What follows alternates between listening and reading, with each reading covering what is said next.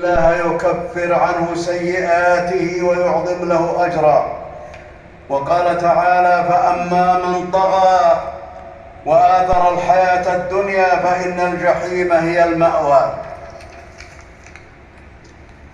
وأما من خاف مقام ربه ونهى النفس عن الهوى فإن الجنة هي المأوى.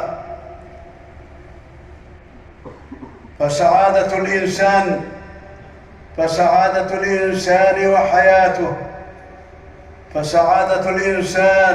وحياته الطيبة في الدنيا والآخرة بالقيام بحقوق الرب جل وعلا وبالقيام بحقوق الخلق.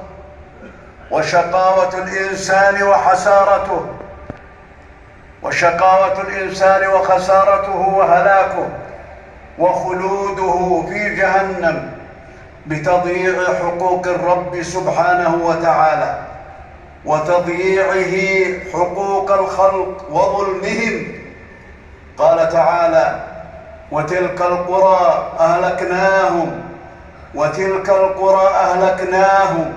لما ظلموا وجعلنا لمهلكهم موعدا.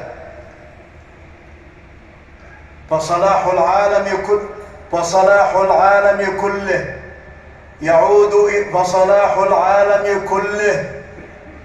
يعود إلى الإيمان والعلم النافع والعمل الصالح والعدل.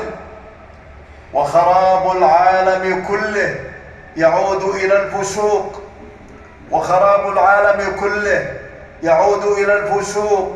والفجور وظلم الإنسان للإنسان.